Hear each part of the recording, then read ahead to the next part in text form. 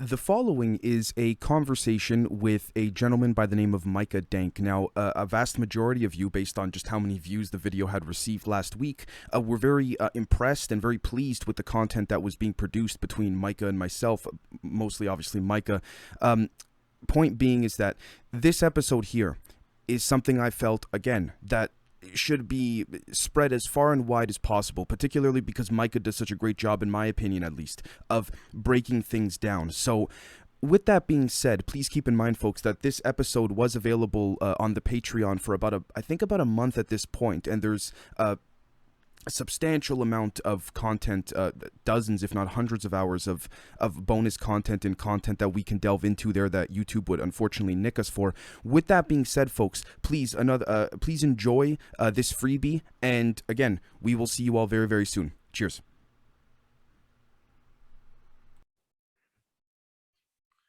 Okay, good morning, good afternoon, or good evening, everybody. I am extremely excited for this presentation by our friend here, Micah. And I have to say that because many of you know that personally, at least on my end, I tend to sort of not necessarily delve too deep into the historical angle of things, because honestly, I just don't know where to start, which is why it's so great that we can all collectively come together and put this knowledge into a different types of purviews and perspectives. So without further ado, Micah, brother, thank you so very much for coming on, and I really appreciate it. I'm very excited for this. Yeah, me too, man. Thank you so much. So have you seen any of my work before? I've come across your work. I mean, people speak about it on Twitter. If I'm being totally honest with you, nothing in full detail, but I mean, Sure. I've heard that you really nail the hammer on the head, so to speak. Okay, good. All right, so we can start. What I'm going to do is my the intro presentation. This is Astrotheology in the Bible. Perfect. Okay, now astrotheology. Excuse me. Excuse me. Astrotheology is basically the mythology of the zodiac. Okay, so like the Greeks and the Romans, the Sumerians, the Akkadians, they all had their myths and mythologies of the gods and the planets, whereas we do too. It's called the Bible. It's an astrology book, basically. I'm going to show you how that works. So employ your time in improving yourself by other men's writings, so that you shall come easily by what others have labored hard for. That's Socrates. And I started with that because it's prevalent, basically, if you're talking about, I mean, I've been studying the Bible for 30 years. I've been studying astrotheology for 10. I've been coming up with my own works for about 9 or 8 years. And Wow. yeah, I teach it at Santos Bonocci's syncretism school. And I have a 6-book series out. My 7th book is with my publisher. I'm putting together ideas for the 8th. I'm Wow. almost ready to start the 8th, to be honest with you. But basically, that's what we're going to be talking about. So astrotheology in the Bible, this is the zodiac at the bottom. Capricorn's at the bottom, Cancer's on top. This is how the zodiac wheel looks. This is what it looks. Now, astrotheology is the oldest science that we have on Earth. Okay, it goes back Right. 40,000 years to the Lascaux Caves. And what the Lascaux Caves are these caves in Lascaux, France. That's why they call the Lascaux Caves. And some teenagers went into them, much like the kid went into the caves and found the Dead Sea Scrolls. They went into the Lascaux Caves, and when they went to the back of the wall, they saw this. Now, it didn't exactly look like this. They weren't all connected like this, but these are just 3 pictures from the walls they saw. You see the bulls on the top, you see the lions on the right, the many faces of the lions on the right, and you see the horse on the bottom. Now, in astrology, the bull is Taurus, the lion is Leo, and the horse is Sagittarius. Right. Okay, it's just missing the guy with the bow and the arrow. What they did was I was going to say timestamp, but what they basically do is they carbon dated the wall. There's datings that you can use. You can use carbon-14. Some uraniums are a little bit better. But the carbon-14 dating that they did, a lot of young Earth creationists will tell you that it's not accurate. And to give them credit, it's half true. Up to 50,000 years, carbon dating is accurate. Once you start getting into the hundreds of thousands and the millions of years, not so much. But the wall came out to about 40,000 years plus or minus 5,000 years, because there's a range when you carbon date something. Right. When they brought in an astronomer with a computer and rewound the sky back, when they realized these constellations, they brought back an astronomer with a computer, because we have the technology to do this. They rewound the sky back 40,000 years. They printed out what they saw. They superimposed it on the wall, and all the constellations lined up. Okay, so these people, they knew where all the constellations were 40,000 years ago. They knew that the bull was Taurus. They knew that the lion was Leo. They knew the horse was Sagittarius. So sorry, could you just repeat that for the audience one more time with respects to the carbon dating and how they revert? Carbon dating is accurate up to 50,000 years. This came out to 40,000 years, plus or minus 5,000 years. So it was within the range of accuracy. Okay. So that's what they basically did. Now, there's questions you can ask in the Bible, typical questions that you're not supposed to ask, but you can ask. How Jesus was able to heal the blind, how he walked on water, how he turned water into wine, why he had 12 disciples, why he was betrayed with a kiss by Judas, why he was dead for 3 days, why is his birthday on December 25th. All that is astrology. And I'm going to explain that to you. Okay. Genesis 1:14 says, let lights appear in the sky to separate the day from the night. Let them be signs to mark the seasons, days, and years. And that's what the stars, the moon, and the sun do. Okay. So sometimes they openly talk about it in the Bible, but for the most part, it's hidden and covert. But the book is just a straight astrology book. So what I need to do is I need to teach you the 12 signs, and your audience the 12 signs of the zodiac. What we're going to do is we're going to talk about the zodiac. I'm going to give you keywords, and then we're going to use those keywords and only those keywords to decode everything. Cool. So Aquarius, the first sign is Aquarius, which is represented by the man with the water pitcher. Okay, it's a man with a water pitcher. So whenever you hear the word son of man, because man is the sign of Aquarius, whereas Virgo is the woman. Right. Man, baptism, because this is how you baptize someone, a man with a water pitcher pouring it out. Water pitcher, fountain, stream, river, pond, lake, watery things. You're talking about Aquarius. Pisces is the sign of the two fish in the water. Again, more water. So the same applies to Pisces. Okay, the same water examples that I gave you in Aquarius, I gave you in Pisces. And what you have to do is you have to discern which one they're talking about, if Pisces or Aquarius.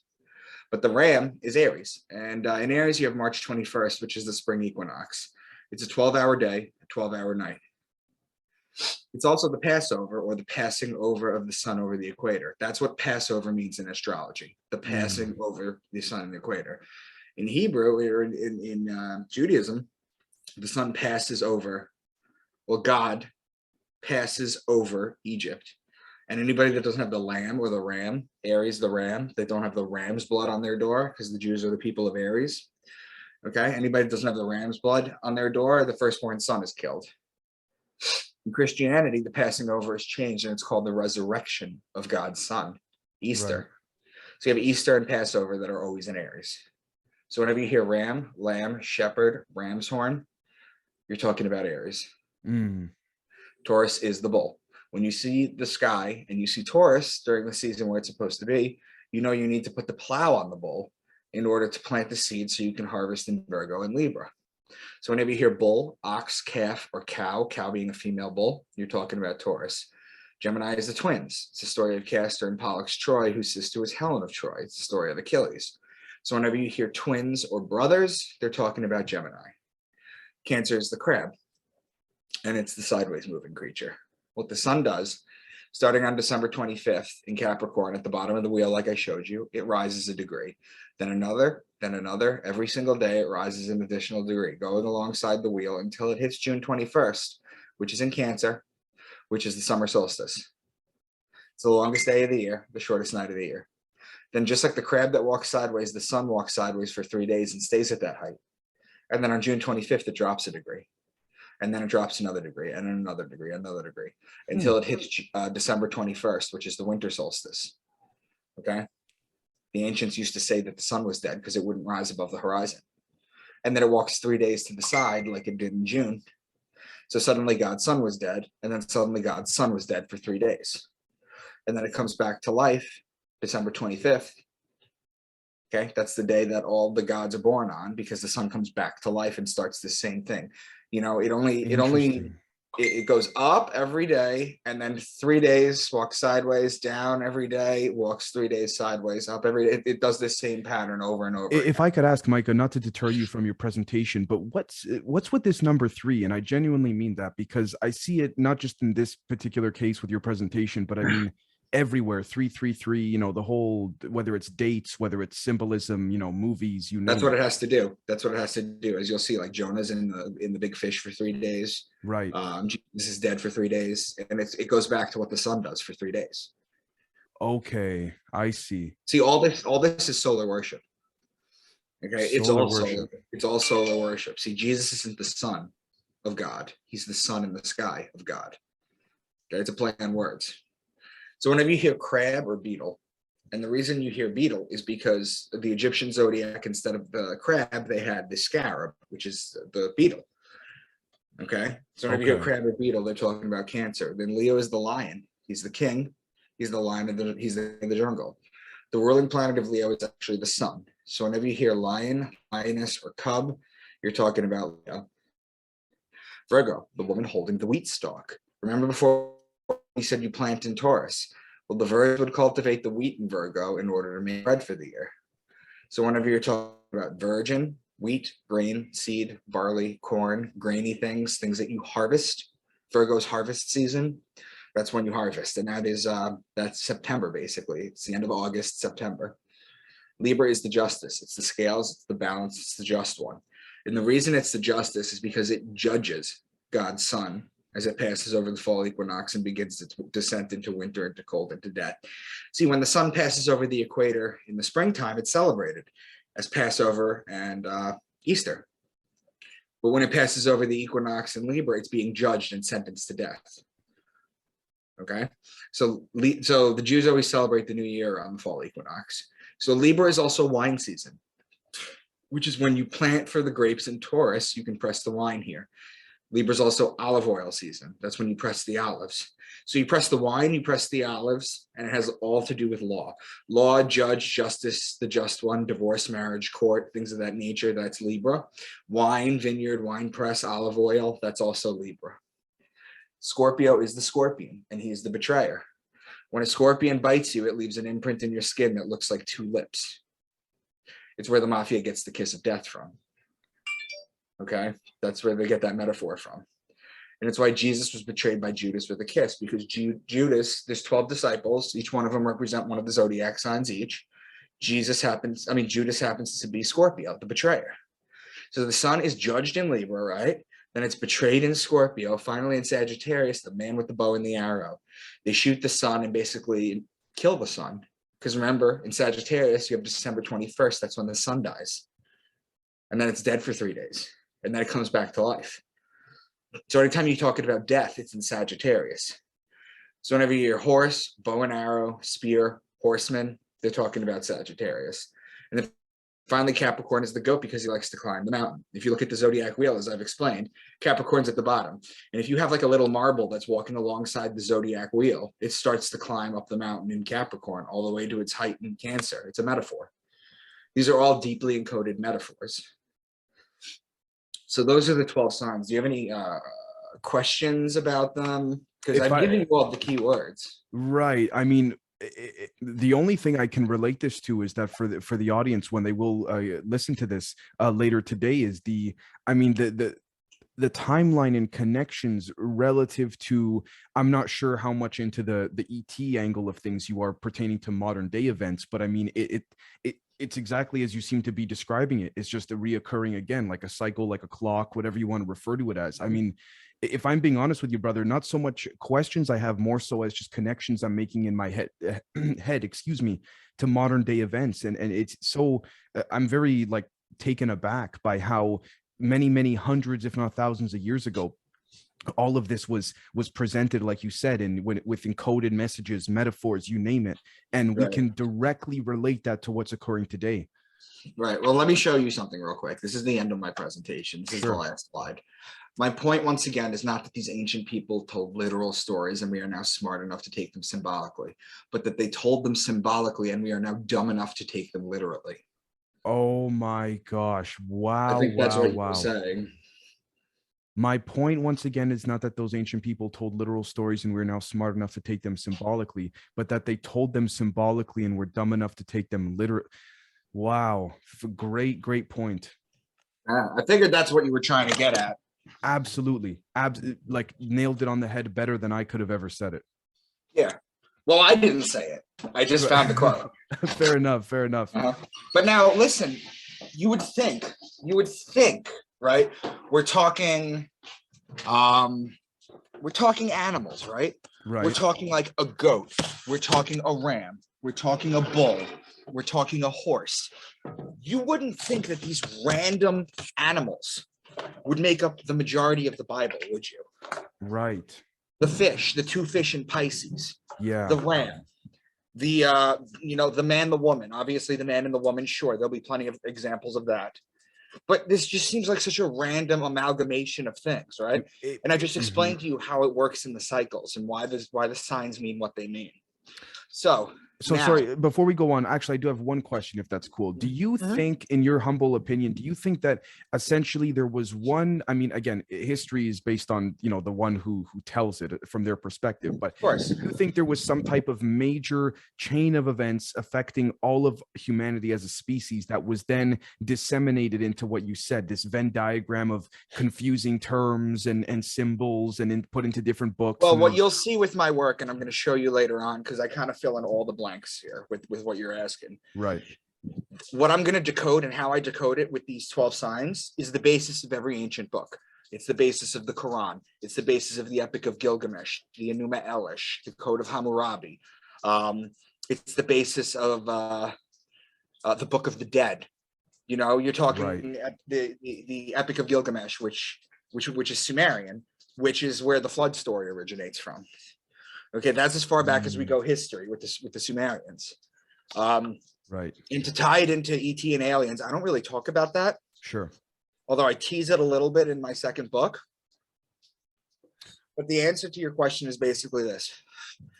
From what I've been able to gather from my studying, I showed you the Lascaux Caves, right? Right. 40,000 years ago, at least. Okay? These primitive people who were still in the food chain knew that when you saw these stars together, that was a lion. To me, that was given to us by whoever was here. Now, another thing that you'll see too, that's not in my presentation, is that if you've ever looked at the second chromosome of the human DNA, okay, you can look it up too. It's 35% larger than the rest. And you know how they're shoehorn shaped? Yep. The middle of it is fused together, like it was genetically engineered. So, second chromosome of the human DNA. Correct. It's 35% bigger and it was fused together. Now, when you look at the ancient stories and you're talking about Enki and Enlil, or oh Toph, my gosh. Yes. Sorry, I didn't mean to.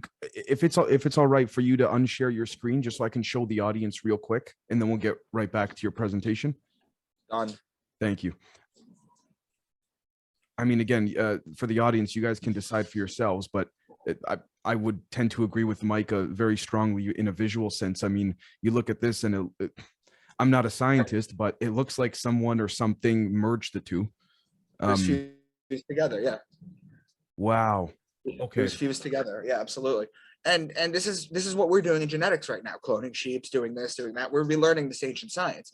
And if you ever read the Book of Enoch, or you ever read the Book of Enoch too. I mean, you're talking about Enki, Enlil at times. These people, these master geneticists came down and they basically tinkered with us, because there's no other explanation why, if we're so genetically close to a monkey, why our consciousness is so much purer than theirs. Would you say, in your perspective, and from your research, this occurred roughly 70,000 years ago? I don't really have a time frame on that, to be honest with you. I can just look at the Zodiac and know what there is. Sure. But from what I know, at least 40,000 years we've known about this. And they talk about this too. You're talking about the ancients, they used to worship Mithra. They used to worship Dagon, the fish god. And Dagon, they used to wear a chainmail hat that would come all the way down, the Pope's mitre, the hat that the Pope wears. Okay? Right. Yeah. Called the mitre. It comes from Mithraism, which was a fish god. And if you take his hat up and put it to the side, it looks like a fish head. Okay, so it's all been borrowed from one another. Right. As they say, we get our best tricks from nature, so to speak. Right. So Right. my point is, as we go through this, we've all been telling the same exact story. And Right. I'm just here to expose it. Now, Now, sorry, before you go on, one last thing. Do you surmise in your research that you're not saying factually if it's aliens or something else, but something non-human or someone or something did mess with our DNA? 100%. There's Okay. no other way to read it. There's no other way to read it. Okay. You look at our look at our DNA. It's a computer program. Right. It's a Yeah. computer program. Yeah. I mean, quantum physics warrants us to now think that we may be living in a video game of sorts, and Right. It's a simulation. Right. We're basically avatars. Right. It's a great point. But yeah, sorry, please. I didn't mean to. Okay. So now, were you a church-going kid? I was raised Catholic, not super church going, but I had my fair share over the years of going to church on Sundays and whatnot. Yeah. Did you do any of your sacraments? Probably. I grew up at a Catholic elementary and okay, so you're school. perfect because you've been exposed. So I could bring you into this conversation a little bit. Sure. But you're not brainwashed. Okay, so that's good. Now there's names for Jesus in church that they give you, that they give him. The Lamb of God, the Fisherman of Men, things of that example. He has names. That's all astrology. I'm going to show you right now. When the sun is in Capricorn, the goat, he's called the scapegoat of Israel. When the sun is in Aquarius, the man, he's the son of man. The fisherman of men, when he's in Pisces, the two fish. It's also when he's on the mound, he feeds everyone with two fish. That's Pisces. The Lamb of God or the ram is Aries, or the Good Shepherd. He's the Lion of Judah in Leo, the lion. The lady holding the stalk of wheat, Virgo. He's born of a virgin like all the other gods are, because Virgo is the virgin and it's the woman sign, so it's the only way you can be born. He's called the bread of life. Libra, the scales of justice. He's known as the just one. He's betrayed in Scorpio. He dies in Sagittarius, December 21st. It's also why he's worshipped on the sun day.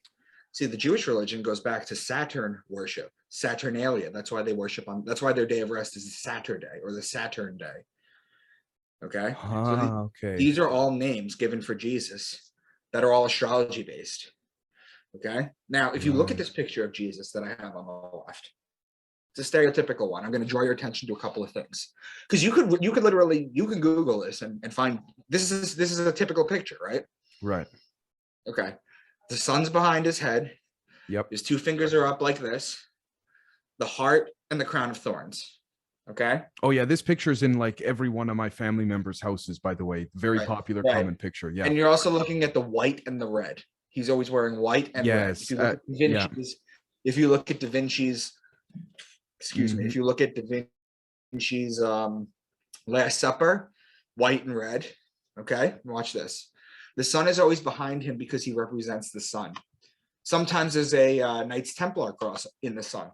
But if you Google any picture of Jesus, you'll always see the sun behind his head. They're just flat out telling you this. Now, the two fingers up like this are an ancient Kemetic peace sign. This is an ancient Egyptian peace sign. This is a British war victory sign. The V, the fingers are separate. This John Lennon peace sign. This is not a peace sign. This is a war sign. This is the ancient peace sign. So whenever you see Baphomet or Jesus or any of them doing this with the two fingers up, sometimes it's as above, so below, if they're doing this. But if they're just doing this, they're telling you they're peaceful. The white Jesus picture is actually a guy named Caesar Borgia, who was the bastard son of Pope Alexander VI. His face was taken from a guy named Caesar Borgia. Okay, before then, there was no picture of him. It was decided his picture would be the face of. Now, the thing about Caesar Borgia is that he was the son of Pope Alexander VI. He was a bastard because popes used to have kids. They would. They just never got married. So they were all bastards, all the kids. Okay? And Caesar Borgia actually comes from the Borgia Illuminati family. There's 13 Illuminati families. The Borgias are one of them. Now, something happened around the time Caesar Borgia was born. About, I think, 80 years before then, the printing press came out. So they were able to mass produce this face of him. Okay, before then, there was no face of him. Now, the crown of thorns wrapped around the heart on the outside represents the rays of the sun. Jesus is crucified with the crown of thorns on his head. See, he's the sun, and the crown of thorns are the rays. The heart outside the body represents the toroidal field, or the Taurus field. If you ever seen one of them, it looks like Yep. this. Yep. Okay. It looks like an apple. Yes. You're at the center of the core, and it goes out 6 feet around you.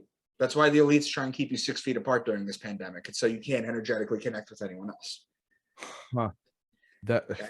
That's where the 6 feet comes from. Right. Nobody knows, but that's where the 6 feet comes from. Right. Okay. When you're interacting with someone within 6 feet, this is what it looks like. Your aura. Some people call it an aura. Some people call it a toroidal field. There's words for it, but that's what it basically looks like. The prana, the chi, whatever. Yeah. Yep. Exactly. It's so interesting you bring up toroidal fields, brother, because I'm actually on my end of the show. I'm quite delving into that aspect of EMF fields and plasma fields, you name it. But wow. Yeah. Now the guy on the left is your standard picture of Jesus. The guy on the right is a rough draft of Caesar Borgia. Okay, so you can see where the face comes from. Okay, that's where the face originally comes from. And Caesar Borgia was a horrible person. He killed his brother. He slept with his sister. It was almost very Oedipal, if you think about it. Yeah. But yeah, that's basically what it was. Now, we're going to start decoding things. Now, have you heard of the phrase pride comes before the fall? Yep. Okay, can you explain it to your listeners? Pride comes before the fall? Essentially referring to the ego, from my understanding of it, at least. If you become too self-induced within your own ego and thinking that you're unstoppable, untouchable, you name it, eventually there's a peak before you have that downfall of your own doing, generally speaking. Correct. But let me simplify it for you. Sure. With astrology. What's a group of lions called? Pack? Herd? A pride. Pride.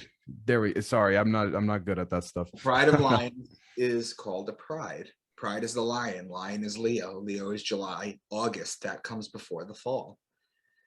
Oh. Okay, so you see how that works? Now, in Micah 5:2, which is my namesake, the book of Micah, he predicts the Savior is going to come from a town. Do you remember what town in Israel? Truthfully, not off the top of my head. Does Bethlehem sound familiar? Yep. Because he was Jesus of Nazareth, but he comes from Bethlehem. Huh.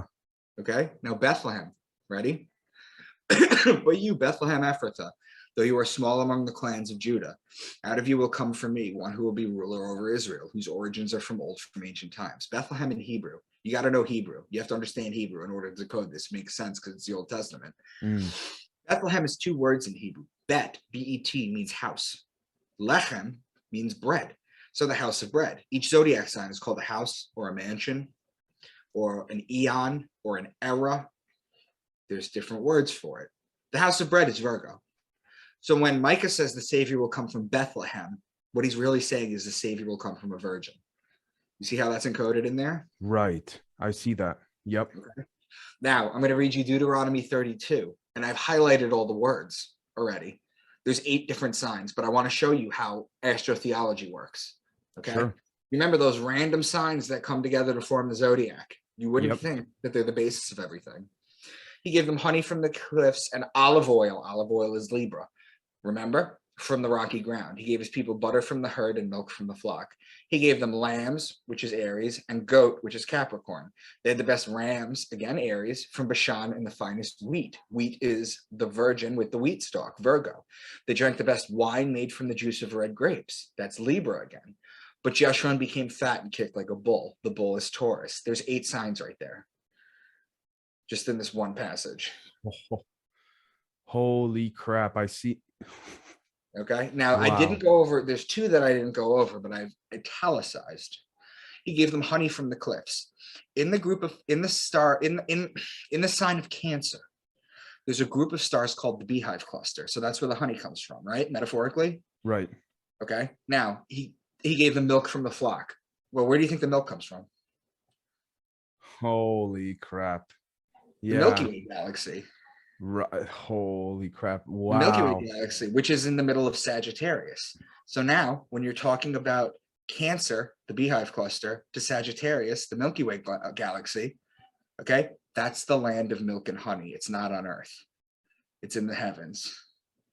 i.e. space. Yep, that's what they're talking about. So just curious, I bring this up on my end a lot of the show when people say, like when Enoch, if I'm not mistaken, says that he was riding in the chariots of the gods amongst the heavens. I Mhm. mean, I personally, this is just my opinion, but I equate that to probably an alien craft of some kind. Would you agree in that regard?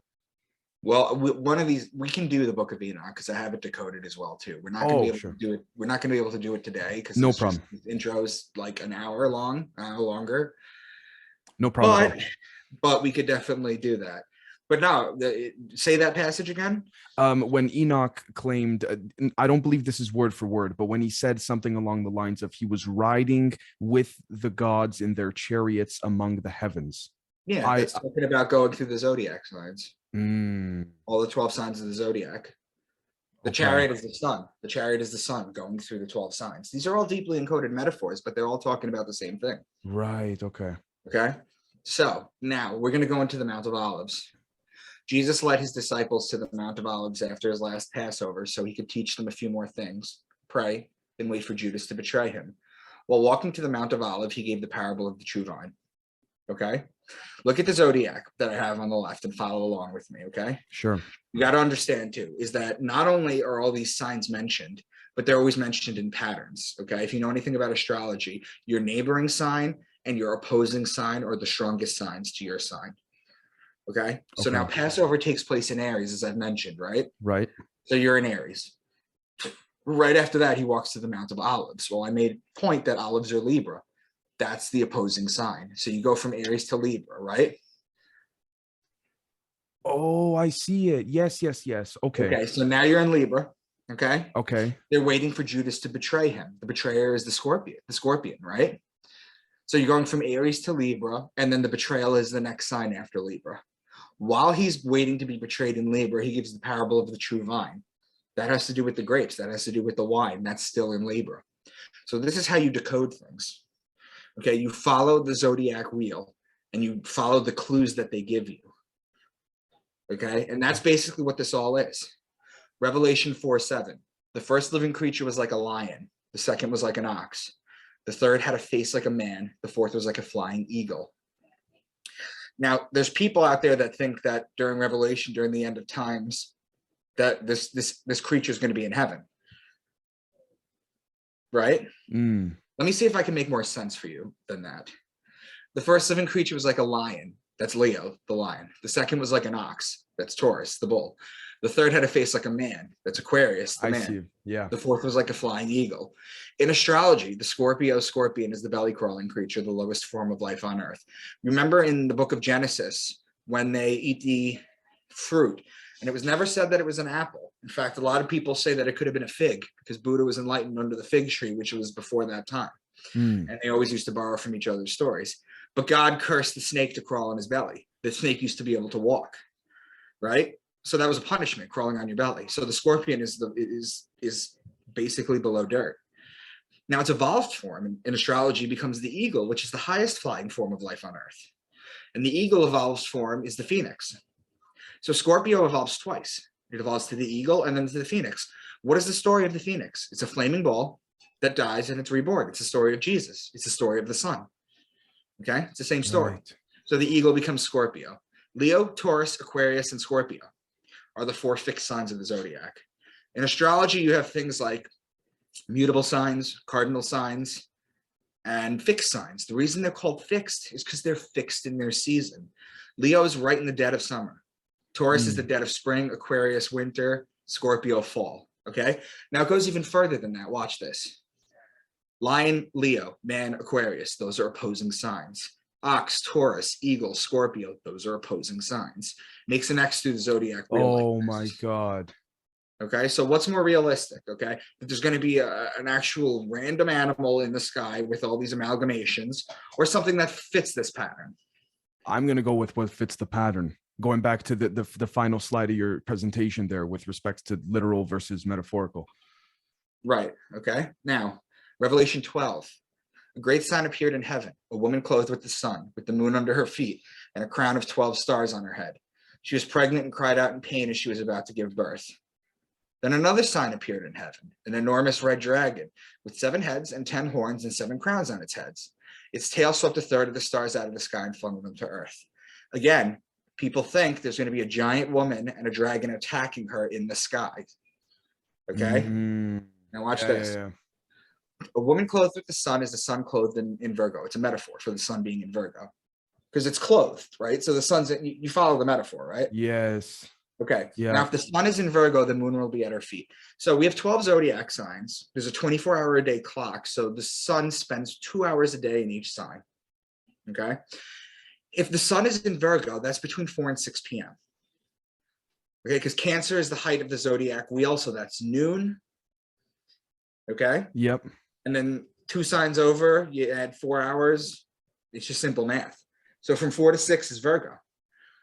Virgo, the sun's still out. So if the sun is out, the moon is down. If the moon is up, the sun is down. Make sense? Absolutely. I'm just making connections in my own head that I'll bring up shortly. Wow. Okay. I'm blown away. But please carry on. Whoa. Another sign appeared in heaven, an enormous dragon. Its tail swept a third of the stars out of the sky and flung them to earth. On the left, you'll see the constellation Draco and its tail. Now, its tail goes from Aries to Sagittarius, which is 1/3 of the stars out of the sky. These are just metaphors.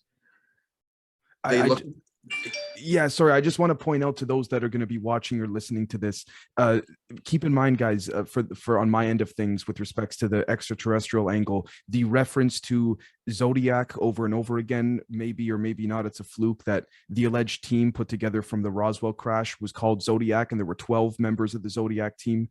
In addition to that, what Micah's referring to with respects to Draco and the dragon, that's with respects to the alleged Orion Draco faction of ETs. I just wanted to point that out, but please carry on. It's when I tell you this is the same story over and over again. Yeah, this is the same story. It's the story. It's called The Hero's Journey by Joseph Campbell. It's the sun. It's the risen savior. It's the light of the world, right? The light of the world. That's the sun. And what happens is it goes through its mighty journey. Okay, it becomes enlightened, it's betrayed, it's killed, it comes back to life. That is the story that has always been told. If you're looking at, you're talking about the Zodiac, you're talking about the 12, right? You're talking about King Arthur and the Round Table. There's 12 of them. You know, this is the same exact story. They're just different ways of telling them in metaphors. Brother, I just want to thank you a ton. You're making connections that you may not even be aware of that I think my audience is already picking up on, simply because I think they're smarter than me and I'm already picking up on it. Wow. Thank you.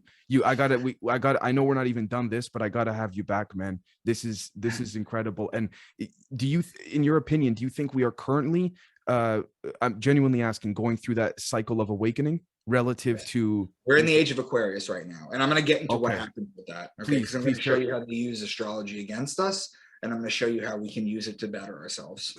Perfect. Please carry on. I didn't mean to. Yeah. This one. Behold, I send you forth as sheep in the midst of wolves. Remember this one? Yes. The sheep is Aries. The wolf is the constellation Lupus, who borders the Libra line. Those are opposing sides. There's a pattern behind this. Lupus. I mean, I'm thinking of Italian lupo. That means wolf. I'm not sure if that. Yeah. Wow. Okay. Holy crap. Okay. So I've given examples of astrotheology in the Old Testament as well as the New. I've been accused of cherry picking verses from the Bible to prove a point. Let's take a much longer passage and see if we could decode it as well. So Dave, do you remember the book of Job?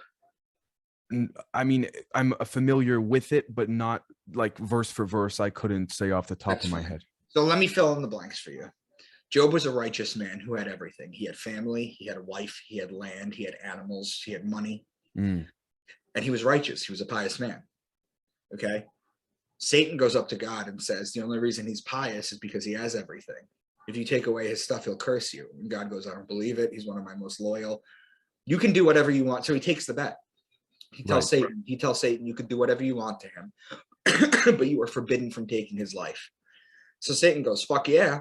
So little by little, his animals starts dying, his family starts dying, whatever. He starts losing everything. At one point, he's sitting on a rock and he's looking up to heaven and he's calling out to heaven for God to answer him. And God does answer him. Okay. Now, what I'm going to read to you is the first line that I read to you is going to be what God says to Job. The second line that I read to you is how it's interpreted astrologically. Sure. Okay. It's important to note too, the book of Job is actually the oldest book in the Bible. It actually predates Genesis. It's the oldest story. Oh, wow. Okay. I didn't know that. Wow. Yeah.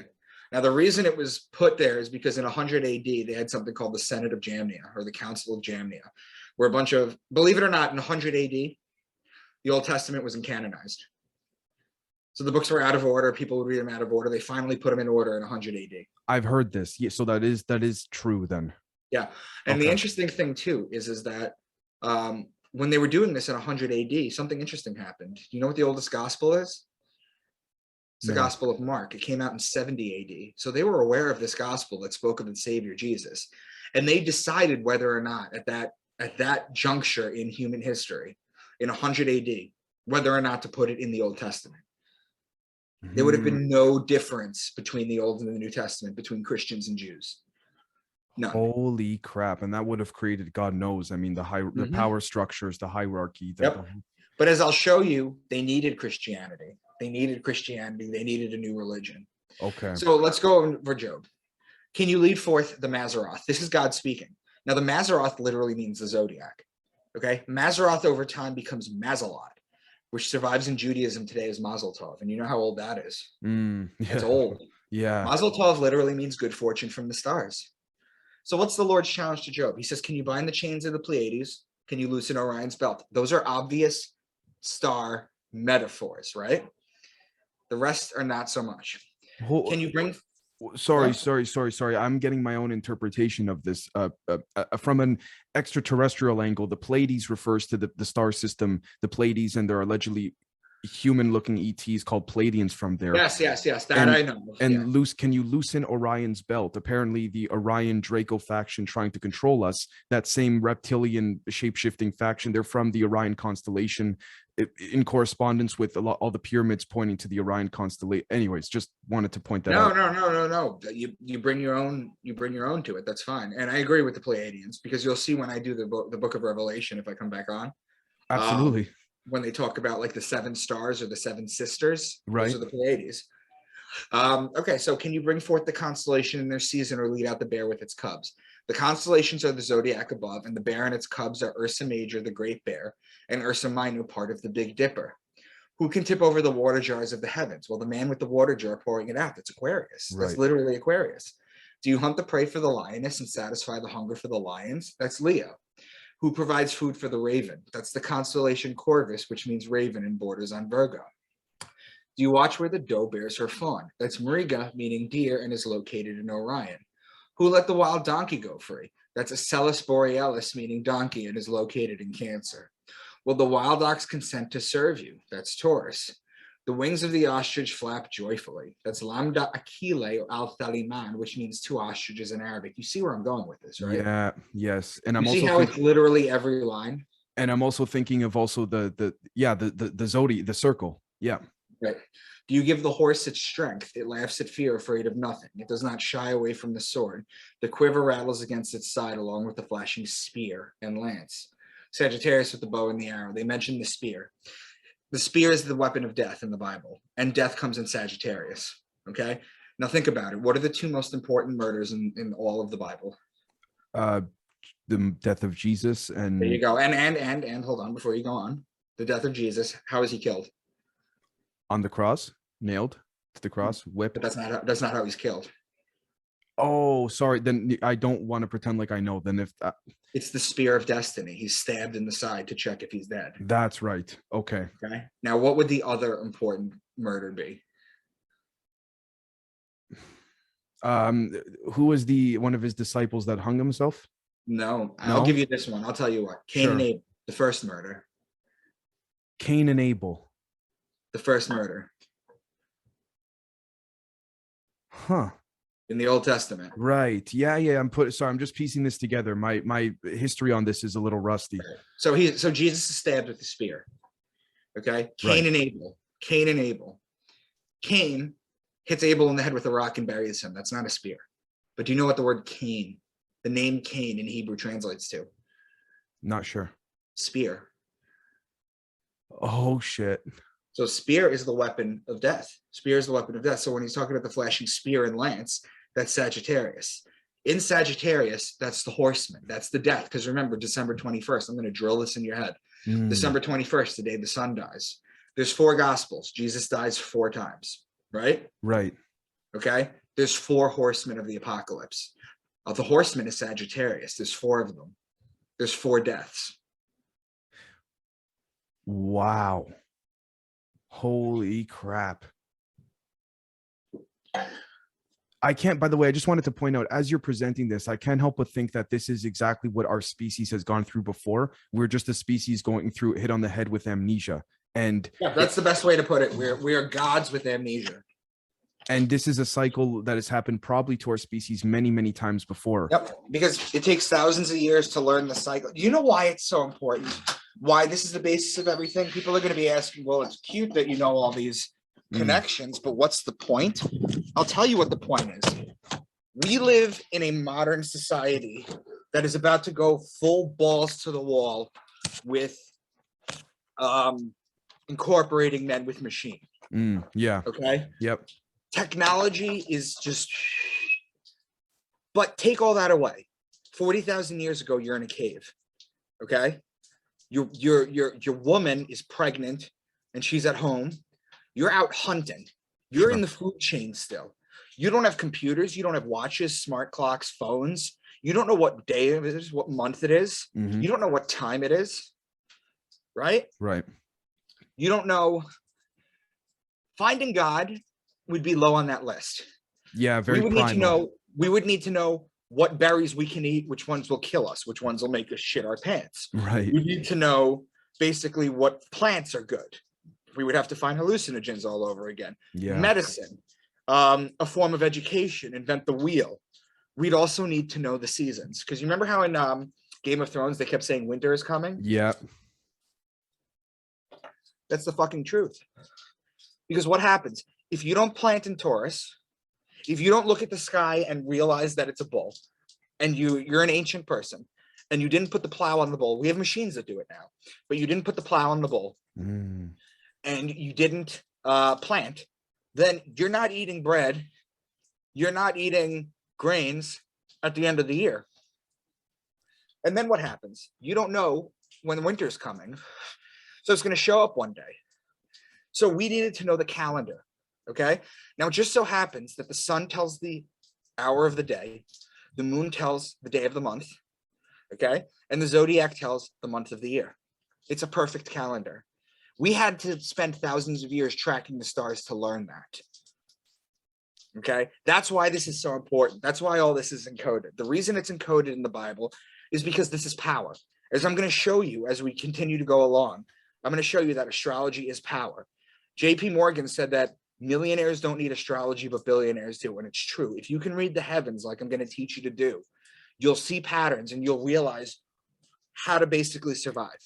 Do you think, based on your research, and I'm not trying to lead you to any like alien conclusion, but do you think that this is do you gather, whether you have evidence or not, brother, that this is some type of orchestrated plan, not in a bad way? When I say plan, I'm referring to more like what we're looking at here is the sort of the metaphorically, the binary code that kind of makes up what we live in.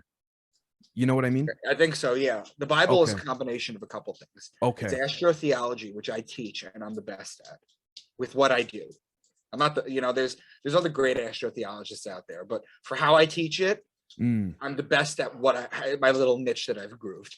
Okay. It's also alchemy. Remember how I told you the white and the red with Jesus? Yep. That's alchemy. That's the alchemical marriage.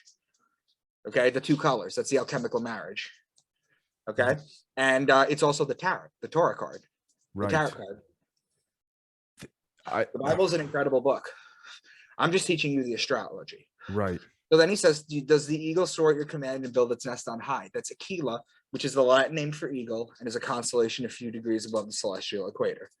Finally, he says, can you pull in Leviathan with a fish hook? And Leviathan's the fish god. Okay. Right. But now here's the part that's really going to be fun to do. How Jesus was able to heal the blind. Well, in the Bible, the blind man walked up to Jesus. Jesus literally touched him in his eyes and he was able to see. But the sun does the same thing right now. Right now, if you look outside, the sun is out. Okay. I have the gift of sight. When the sun goes down, I'm blind again. So when the Right. sun comes up in the morning and touches my eyes, I'm given the gift of sight again. How he walked on water. You ever gone fishing? You ever seen a sunset on a lake before? It's beautiful. Yeah. You ever see how the sun just literally walks across the water? It, yeah, I know what you mean. Yeah. How he turned water into wine. So do you know why God is considered a man and earth has always been considered a woman, from Gaia to everything? Not sure. It's because of the sacred fluid, the rain that comes down from the heavens. See, God's sacred fluid comes down. Okay. In Hebrew, the word is shemen. We get the word semen from it. It's the sacred fluid. So God's shemen, his sacred fluid, comes down on earth. It impregnates Mother Earth. The rain impregnates Mother Earth, and then vegetation, food, plants, all sorts of things grow from her belly. It's a metaphor. Okay. Huh. So what Yeah. Yeah. happens is April showers bring May flowers. You plant in Taurus, you plant the grapes in Taurus. It rains and it rains and it rains. You pick the grapes in Libra, you squish them. That's how you turn God's water into wine. It's a process. Ooh. It's not a parlor trick. And So it's a why he part had of 12 it's oh, why he had 12 disciples. We went over that. Judas is Scorpio.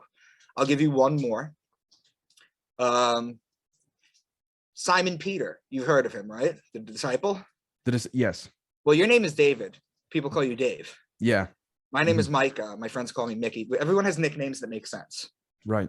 Okay. But why would Simon be called Peter? Does that make any kind of sense?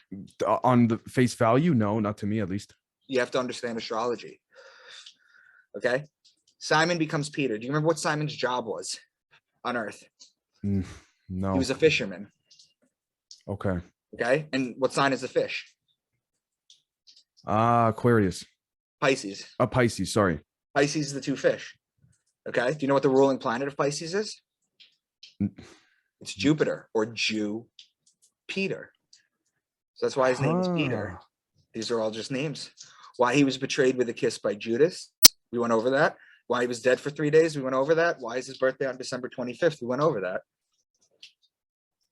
It's all Wow. astrology. This is what I mean, yeah, with respects to my question about some type of overarching, I don't want to use the word plan, but I don't know how code, something like this, that this would be the composition of the way that the universe, or at least our galaxy, functions. Yeah, it is. Because you can't look outside at any direction in the sky and be outside of the 12 signs. You can't. It encases us. Mm. You know, there's 88 constellations. Now, In our neck of the woods. sorry, I don't mean to keep you from your presentation, but do you think, just top of the off the head question, but do you think that it's been noted and reported that in multiple, not just Zodiac, but in multiple secret government operations, there, for some odd reason, there's always 12 members of whatever said group? That's the 12 signs. That's why. Right. It goes back to that. I'm telling you, everything, they use astrology against us. I'm going to show you. How old are you, Dave? 23. Okay, I'm 38. So you may or may not know the later ones, but some of your audience might. It's okay. We'll go Sure, through it. sounds good. Yeah, I'm It sure doesn't they will. stop there. It's not just random passages in the Bible that can be decoded this way. I'm going to go through the entire book of Matthew to show how deep this runs. So I've shown you clips of Revelation. I've shown you the book of Job. I've shown you the book of Micah. I've shown you different books where it's all there. We're going to do one of the Gospels now. Okay? Sure. Matthew 3:2. And if you look at the zodiac wheel on the left with the red rings that I put, that's so you can follow along with the zodiac. Repent of your sins and turn to God, for the kingdom of heaven is near. The kingdom of heaven is Leo, because the sun rules Leo. And this is all about the sun. The sun, the ruling planet of Leo is the sun. Okay, now each gospel starts at either a solstice or an equinox, one of the 4 points. You connect the solstices and the equinox, it makes the cross of God's sun. It makes a perfect cross.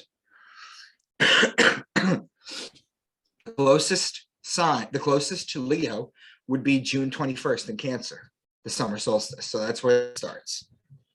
Here is the firmament between Cancer and Leo. You see these dividing lines that I'm drawing your attention to? Okay, some people call them handover dates. Some people call them cusps. There's a saying in the Bible that says the firmament shows God's handiwork. The firmament is not a dome over a flat earth. The firmament is literally what keeps one sign from spilling over into another.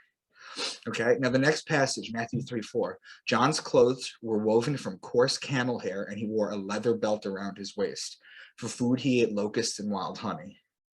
So that's a little weird, right? Camel hair and locusts. It Yeah. makes sense, though.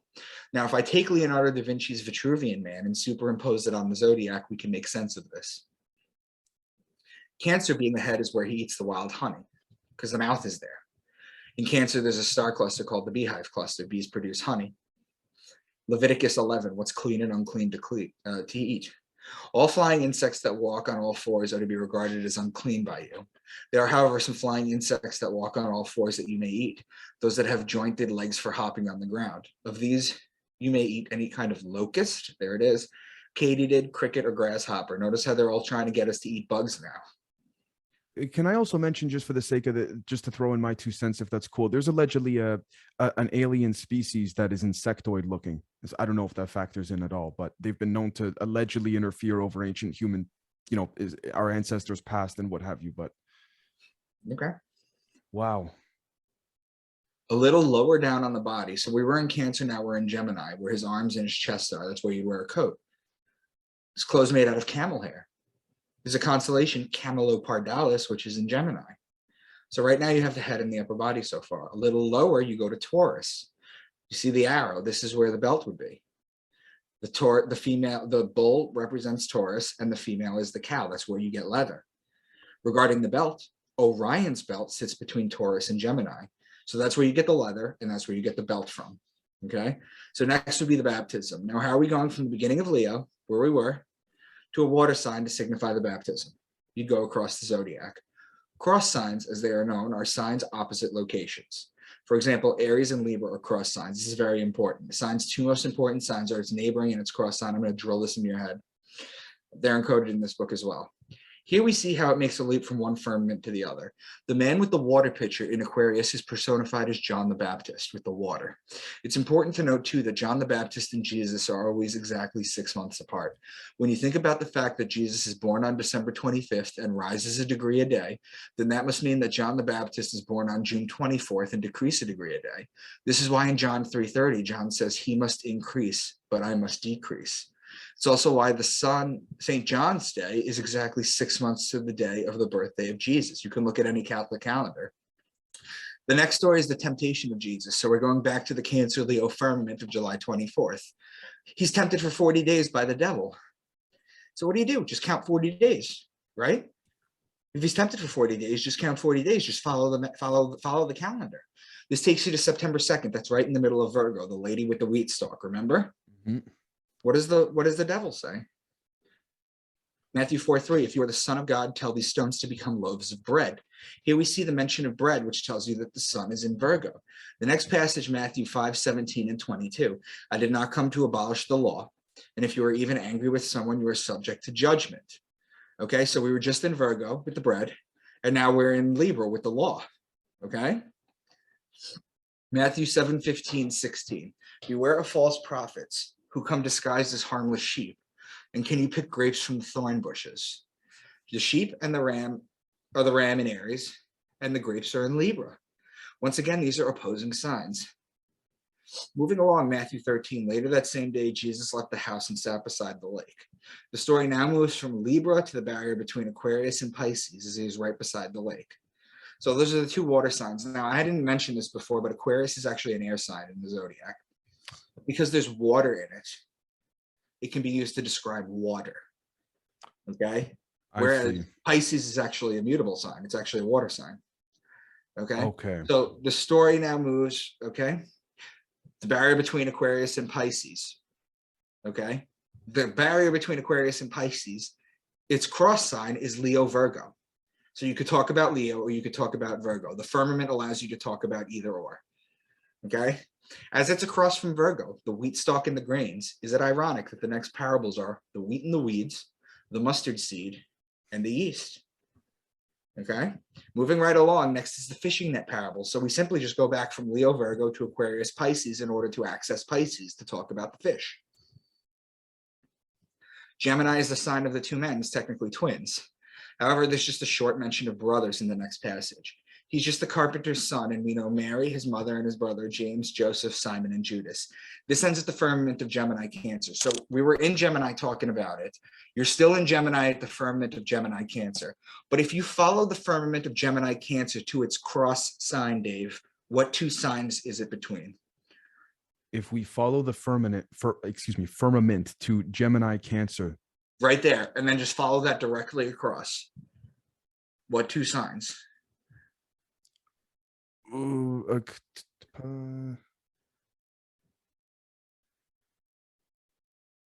Opposite of Gemini and Cancer? Correct. We have, if I'm not mistaken, Sagittarius. Yes. And Capricorn. Beautiful. Now, that firmament, what day is that firmament? I've drilled it in your head already. It's in Sagittarius. What day am I talking about? 21st. December 21st. And what happens on December 21st? Jesus rises from the dead. That's the 25th. What happens on the 21st? It's the death. He dies, yeah. It's the death. All deaths occur December 21st in the Zodiac. Okay?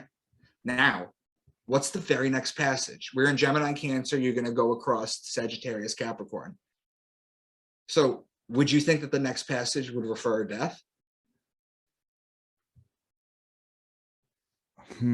Would the very next story is the death of John the Baptist. Oh my gosh. It's a pattern. As I've mentioned previously, the death comes at the end of Sagittarius. So let's take a sentence which sounds like it could be in the Bible, but isn't. If I say to you, the rulers were divided between war and love, it split the land in half. You could read that as a literal translation.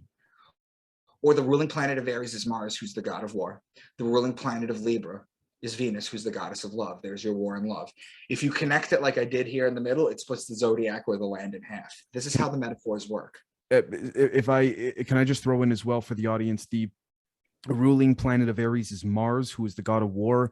On my end of things, allegedly, there is documents from CIA, you name it, to reference alleged ancient wars on Mars. I don't know of what alleged species. And in addition to that, in modern history, in the last 75 years, apparently there have been more benevolent human-looking beings coming from Venus to try and help humanity in certain regards. I just want to throw that in there because, I mean... Venus is a very loving, very loving. I'm a Libra, which means I'm very balanced. And, or I try to be at least. My ruling planet is Venus, who's the goddess of love. So I'm very soft. Wow. Okay. These are incredible. Now, I wanted to tell you one thing because you keep talking about disclosure, right? Do you know where the best disclosure you could find is? It's not WikiLeaks. You know, WikiLeaks had its stuff. Are we talking ancient texts or modern or everything? I'm telling you where you can find the most uncensored work on the planet. Where would you say? There is a library in Minecraft that was created by 30 people. They built this giant library, and it's got uncensored documents from every single country, and it can't be banned and it can't be attacked by. Now, when I'm off, I could send you the info on how to get it because I'm writing about that in book 8. But you want any disclosure documents, you go around this virtual library. You just go up to one of the books because the books are like this. They're on a podium. You just go up to it and click it. It has disclosure. It has all this stuff. It has the craziest stuff you could ever imagine. It's incredible you say that, brother, because on my end, I don't know if this is true or accurate or not, but I've heard that there's been speculation, and I've read that apparently some alleged government individuals at high levels who want this info to truly get out are doing this on purpose. Right. Well, you got to understand, Dave. No matter. The ironic thing about becoming a truther, okay? The ironic thing about becoming a truther is at some point, if you're really good at what you do and you gain an audience, a percentage of that audience is going to sit there and tell you that you're controlled opposition. I've already had that. Yeah. You know, that's what it is. And for that, I say, whatever.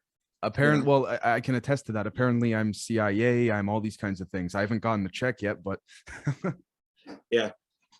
But yeah, no, definitely look into the Minecraft thing because you're gonna get disclosure there. Like, I know they talk about like David Wilcock and Corey Good. Corey Good actually retweeted one of my tweets.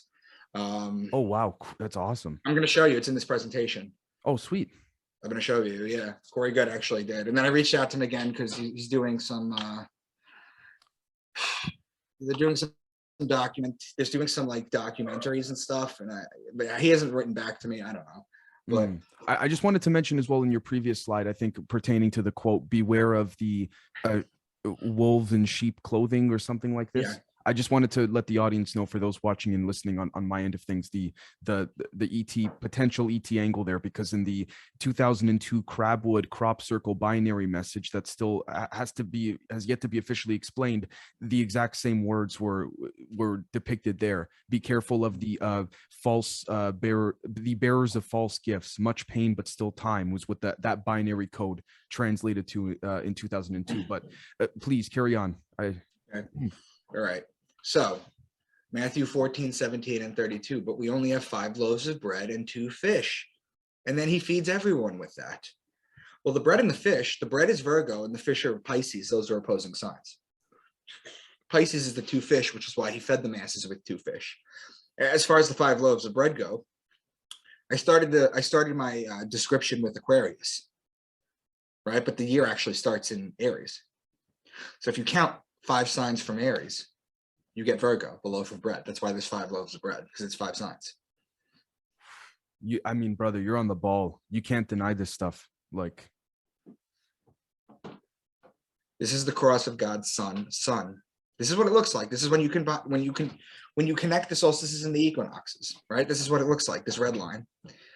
We were just in Virgo, now next is Libra, which is law and wine, remember. What's Jesus's parables? The temple tax, the unforgiving debtor, divorce and marriage, and the vineyard worker. It's all right there. It's literally all talking about the same thing. His parables follow the zodiac. Next is Scorpio, the betrayer. This is when Judas betrays Jesus with the kiss. And then next is Sagittarius, and we know what happens in Sagittarius. Oh my God. December 21st. This is where Jesus is crucified on the cross. Okay? That's the book of Matthew. You see how line by line it's the same thing? Whoa. I'm sorry to keep interrupting you, but why do you think, in your opinion, Micah, that it's taken our species so many hundreds or thousands of years to relearn this as part of the cycle? Because it's so right in your face. We go like this. We go like this. In consciousness, we go like this. Right. We're in the age of Aquarius right now. We're getting an uptick. We're getting an uptick right now. Okay. But yeah, we go through dark ages. Wow. Yeah. Sorry, carry on. Yeah. Let me continue. So Jesus disappears at 12 and comes back at 30. This has been a subject of great debate, but the answer is quite simple. What happens to a young Jewish boy at the age of 12? He becomes bar mitzvah. He becomes a man. So Jesus becomes a man and leaves to study. He starts his ministry at 30. But why? The ancient Jewish religions has roots in Saturnalia worship from before it.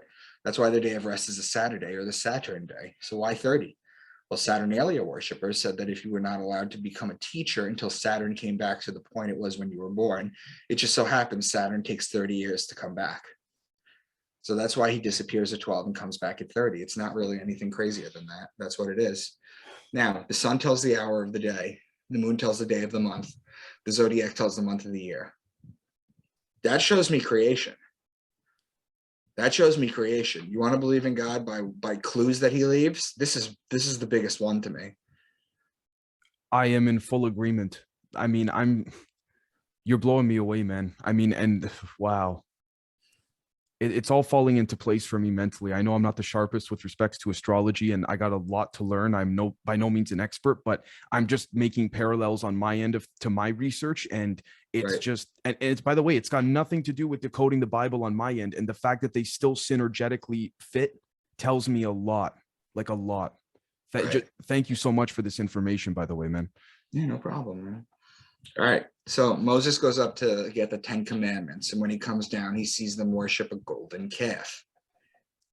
What's more likely? The Jews got run out of Egypt. They couldn't even let the bread rise, which is why we have matzah to this day. They rushed to the desert with just the clothes on their back, but happened to carry enough gold between all of them, found welding equipment in the desert, and built a giant statue. Or the sun is the gold and the calf is the bull or Taurus. They were worshiping the sun in the age of Taurus, whereas the Jews are the people of Aries, the ram. That's why the Jews blow the ram's horn on the high holidays, because it's Aries worship. Okay, so he breaks the commandments, becoming the first lawbreaker because he broke the law. But it doesn't even go there. The 10 Commandments actually go back to chapter 125, the Egyptian Book of the Dead. The declaration of innocence before the gods of the tribunal. O swallower of shades, who came forth from Kernet, I have not slain people, becomes, thou shalt not kill. O doubly evil one, who came forth from the Bereshite Nome, I have not had intercourse with a married woman, thou shalt not covet those neighbor's wife. O he who prospers the common people, who came forth from Asiut, I have not cursed a god, thou shalt not take the Lord's name in vain. This is just 3 of them, but this is where they come from. They're directly ripped from the Egyptian Book of the Dead. Whoa. That's where the 10 Commandments come from. It's all borrowed from previous stuff, man. Nothing's new under the sun. You heard that phrase? Yep. Fucking true. Nothing's new under the sun. I'm blown away by these the hidden signs and basic day-to-day metaphors that we use in, oh my gosh. And if we look at this from an esoteric angle, I'm not sure if you're into any of that stuff or not, but it would certainly fuel this simulation we live in when things like this are constantly, like as you've described, zodiac clock cycle. As long as we as people keep doing this cycle, it keeps feeding whatever's, the simulation is, so to speak. Right. Now, you mentioned before what happens in the signs. Now follow this. This is how before I go into this, you're talking about the zodiac signs. So you understand that the zodiac wheel goes from Aquarius to Pisces to Aries to Taurus. But when you're talking about what age we're in, it's called the precession of the equinox, and it actually goes backwards. So we're in Aquarius, next will be Capricorn, then Sagittarius, then Scorpio, then Libra. It goes backwards, okay? Now, we're in the age of Aquarius. So let's start with the age of Taurus. The ancient Egyptians used to worship the sun in Taurus. You can see the hieroglyph I put on the left. Yeah. That's the bull with the sun in its horns. Okay. Now so they fade after the age of Aquarius, after the age of Taurus. The Jews are the people of Aries. They come up. That's why they blow the ram's horn in the sky during the holidays. Then the Jews fade. They're still Jews, but the Jews fade. Christians come up in the age of Pisces. That's why they have the Jesus fish as shown below. This is also why Jesus is able to feed the masses with 2 fish. The 2 fish are Pisces. John 21. So Simon Peter climbed back into the boat and dragged the net ashore. It was full of large fish, 153. But even with so many, the net was not torn. To your left, under the ram's horn, the thing that I circled, that's the Jesus fish. That's the center of the Vesica Pisces. Okay, the Vesica Pisces, the Jesus fish, its mathematical equation is 247 over 153. 153 fish. They knew this. They knew this math. They knew this science. They just encoded it to protect it from falling into the wrong hands. You got to understand too. That before Constantine united everybody in 325 in literal Christianity, nobody was reading the Bible literally. Nobody was. Constantine had a nephew named Julian the Apostate. Okay? Julian the Apostate was Constantine's nephew, and he was known as a helionostic, as all Christians were before. Helios means sun in Greek, and gnosis means knowers. They were sun worshippers. Okay? He tried to bring everyone back to sun worship. Okay, they were sun worshippers, and then Constantine made everyone believe everything literally Christian, literal Christianity. Okay, right. Not metaphors, not this, not that. Everybody used to read this. I refer to you to my last slide of my presentation again. We're now dumb enough to take this literally. Wow, that's great. Also, if I think of, at least on a personal note, your picture there in the bottom left, the Pisces, also reminds me of the toroidal field that you had showed earlier when two fields come together. Correct. They teach you Venn diagrams when you're in school. Right, Venn diagrams, exactly. They teach you how to do that. You know, you can make multiple Vesica Pisces. Wow. Right? Now. Oh, sorry, if I could say one last thing for the audience, this Pisces symbol in the bottom left here, for those watching visually, also not only reminds me of the toroidal field, but reminds me of Dan Winter's work when he talks about engaging in bliss, the sexual activity. It's been allegedly encouraged in ancient times that the more the merrier, not in a depraved sense, but in a sense of enlightenment and sharing energy, so to speak. But please carry on. Okay, so now I told you the Egyptians were people of Taurus, then they faded when their time was out. The Jews were the people of Aries. They're still there. but they faded, their time is out. Now there's still Egyptians and Jews, Mm. but they're not prevalent. Then it's the Christians and the Catholics now. But we're in the age of Aquarius. If you follow this pattern, we're too young to look at it right now. But in like 500, 1,000 years from now, there's no need for Christianity anymore. They ruled Pisces. We're in the new age, which is Aquarius, which is the sign of the man. So two things are going to happen. Number one, we're going to advance spiritually, okay? Because everything with the internet and everything with people, you know, coming to term and things becoming more secular and everything, we're going to advance spiritually. But the other thing that's going to happen is that the elites are making their last stand, okay? Because there's no control anymore. So they're doing this merging with machines thing. And now look what happens at the beginning of Aquarius, just like clockwork. One world religion headquarter to open next year. See? Holy shit. It just follows pattern. If you have to understand the patterns in order to see what's going on. It's just patterns. Wow. This is, I mean, it's one thing if I with all due respect to your detractors who try and criticize you on this, it's to those that criticize Micah. I mean, it's one thing to just, you know, pick and choose here or there, but I mean, the way you lay this out, you can't deny it. I simply, from a logical perspective, I can't, because you could argue I have a bias, but I mean, I can't sit here and say, hey, Micah, nope.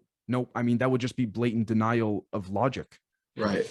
I'm going to run to the bathroom real quick and pee. Sure. When I come back, I'm going to go into some more deep stuff. So will I. I'm going to pause the recording. Yeah. All right. All right, everybody. For you guys listening or watching, there was no time difference, but we just took a quick break and now we're back. So here we go. Genesis 32:30. And Jacob called the name of the place Peniel, for I have seen God face to face and my life is preserved. Well, Peniel just becomes pineal. Okay, this is the Eye of Horus. I do a thing on Illuminati hand symbols like this and like this and like this and like this and this. I do all this, which we'll get to at some point. But the Eye of Horus is on the left.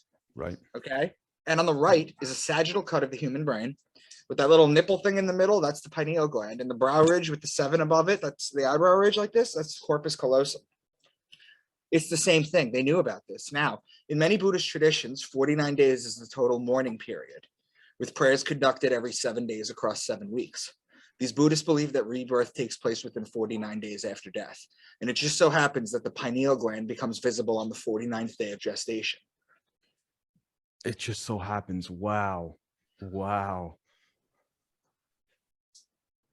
So now we're going to get into this. What if you're scared of burning in eternity? Hell, the flaming inferno. This is what scares people. People are like, it sounds interesting, but I'm scared of hell. Hell doesn't exist. How do we detect pain? Right? The nervous system, the brain, the spinal cord, the nerve endings, the neurons. Mm-hmm. So Dave, let me ask you a question. When you die and your body decomposes and your soul is released, you give up your ghost, and you don't have a nervous system anymore, how are you going to detect being burned by something on our dimension? So you leave our dimension, right? You leave our dimension, or even if you stay on our dimension, right? If you want to believe in hauntings and this, that, and the other thing, which I don't care either way. But if you want to believe that, fire is a temperament of our 3rd dimension, right? So how are you going to burn without a nervous system? I personally, I don't see how you could or would. Hell is actually winter. Hell is winter on Earth. The idea of a fiery pit where you burn for all eternity is ridiculous when you think about it logically. Hell is actually winter on Earth. Why? It's cold. The vegetation and beautiful flowers and plants are dead. The trees shed their leaves and bear no fruit. It's freezing cold out. People tend to get sick more often. Dangerous animals, if they're not hibernating, are starving and scrounging for food. It's dangerous for humans. The Italian word for winter is inverno, right? You're Italian, you can confirm. Yep, I can confirm, yeah. Okay, flip a letter, inferno, and pervert its meaning, you get the concept of hell. This picture is Dante Alighieri's The Divine Comedy. Satan's in the bottom level of hell. As you can see, it's frozen. He's frozen up to his waist in a frozen tundra because his wings are flapping so hard that it's freezing everything over. Dante knew hell was winter. Now watch this. Why Virgil was chosen by, have you read the Divine Comedy? No, I haven't. Not all. That's No. fine. We can skip this then. That's fine. Satan and Lucifer. Satan doesn't exist. He's not a red devil with a tail and a pitchfork. In fact, the earliest paintings of him in the 900s, he was actually blue. The Hebrew word for Satan is Hashatan, which literally translates to adversary. In proper context, two competing sports teams are Satans to one another. Lucifer, he is known as the light bringer, Genesis 1:3, and God said, let there be light. Well, how can be there light without the light bearer? Lucifer is immediately mentioned in the Bible, if not by name, but by action and purpose. Lucifer is also known as the morning star. The morning star is also known as the planet Venus. The reasoning is, if you go out and you look at the sky just before the sunrise in the east, you'll see a bright light directly over it. That's Venus. It announces the arrival of God's only begotten son, the light of the world, every morning. Lucifer is also known to have a pentagram. That's the symbol that everyone's terrified of. Continuing with Lucifer as Venus, if you follow Earth and Venus's orbit around the sun in a year's time, they almost connect at 5 points. You connect that, you get the pentagram. This is Lucifer's pentagram. Holy shit. And they're not real. They're not real. They're astrology. And hypothetically, if you were again, this is just for my side of things for the audience, if you were, again, hypothetically, an ET race that was trying to distort, perverse, and suppress the knowledge of, in this case, humanity, you would make humanity inadvertently praise the opposite of what they allegedly would, not. You'll find there's a lot of inversion and perversion. That's the key. Right. You invert a sign and you pervert it, that's what you get. Not just that, but the worship of Saturn compared to, instead of, rather, the worshiping of Venus. Again, at least from an ET angle, a lot of benevolent beings are from Venus, and a lot of shittier ones are from Saturn. So again, to the audience, take that as you will. Right. Absolutely. Now, this is the rudimentary phallic symbol, original penis, so to speak. It's known as spear. Remember the spear? Mm-hmm. This is the rudimentary sign of the womb, the chalice, the feminine. This is the Star of David. It's the joining of the two. It's a hermaphrodite, so to speak. There's more sex magic in the Bible than you believe. This is King Solomon's temple. It's a faithful recreation. The cubits are at the bottom. It's a faithful creation of what it can look like. Do you see anything interesting about it before I break it down for you? I mean, I'm not a computer person. It reminds me of a processing like a CPU of sorts, but that's just my personal speculation. Here we go. Solomon is not a name of a person. It's a combination of 3 words for the sun. Remember, every story is a different story about the sun. Sol, or sun in Latin, Om, or sun in Buddhism, and On was the city of light in Heliopolis, Greece. On. That's why when you go into a room, you turn the lights on to become enlightened. Huh. Okay. This was created using sex magic. Yakim and Boaz represent the testicles from this view. The porch is the base of the penis. The holy place is the shaft. And the holy of holies is the head. The ark, or the hole of the penis, is where the DNA information Torah is stored. The store chambers represent the female womb, and the 2 entrances to them represent the fallopian tubes. This is based on sex magic. And I fully, whoa, for the audience, quickly, the mark of the beast with Hitler, Vril Society, sex magic. Anyways, whoa. Right? Now let's go to a different story. Let's see how it's another story of the sun. Samson and Delilah, okay? Samson, if you look at the Hebrew under the word sun, it says, I can read it, but you probably can't. It says Shimshon. Shimshon means little son. That's what Samson means. Little son. Okay. The root of Delilah is Lila, which means night. In Hebrew, when you say good night to someone, you say Lala Tov. Okay? So Delilah is the night. Samson is the sun. What happens to Samson? He gets his hair cut. He takes away his powers. His eyes get gouged out, and he's blind. This is another story of the sun and how it goes away at night and people are blind. It's the story of the night overtaking the day every single day. These are just metaphors. This is not a real story. It goes back to the eternal battle between Horus and Set. That's why we have a sunset. Hence Michael Aquino's Temple of Set. Yep. Holy Jonah in the body of the whale. In Hebrew, the words dag gadol, which translate to great giant fish. He's in it for 3 days. It's the 3 days you see recurring in the Bible over and over again. The sun walking sideways like a crab for 3 days. Daniel in the lion's den. It's the story revolving around two signs in astrology: Daniel, the man, Aquarius, and the lions, which are Leo, the lion. In the zodiac, they are opposing signs. Abraham and Sarah. Abraham's name was Abram before he was made Abraham. See, his name was Abram before he almost killed his son Isaac, and God's angel stopped him. Then he becomes Abraham. Abram is a combination of two words in Hebrew: Abba, which means father in Hebrew, and Ram, which means ram, father of the people of Aries, the Jews. Abram goes back to Brahma. Sarah goes back to Sarah or Saraswati. They're influenced from the outside. They borrow from previous stories, and they borrow from previous stories. It's always about the sun. Lot and Lot's wife in Sodom and Gomorrah. In the ancient times, people were paid with salt. That's where the word salary comes from. Salt. Why? Because it preserved the meat. And when you killed a cow and you didn't eat it in one day, it would go bad. Salt kept it viable for longer. There was no refrigeration back then. Salt was the highest currency aside from gold and silver. So when she turned into a pile of salt, you have to think about it like leaving Las Vegas, gambling, hookers, and debauchery, turning back and turning into a pile of gold coins. That's the metaphor they're trying to tell you. Whoa. Because otherwise people are like, why salt? You know, so she's a pile of salt. Well, no. Check this out. There's a town in Israel called Megiddo, which is a 3rd century church, which was founded on another church. So somebody was in the church basically and put his foot through the floor, and then when they pulled him out of it and he had looked under, they found a completely new church under there. So they dug it up. It's one of the oldest churches known to man. In the center of the floor is the mosaic of the two fish Pisces. The ancients knew they were worshiping Pisces. This is a 3rd century church. Megiddo is also the root of the word Armageddon, which is where the war on earth and the rapture is supposed to begin. Now we're talking about inversion and perversion. Right. The swastika.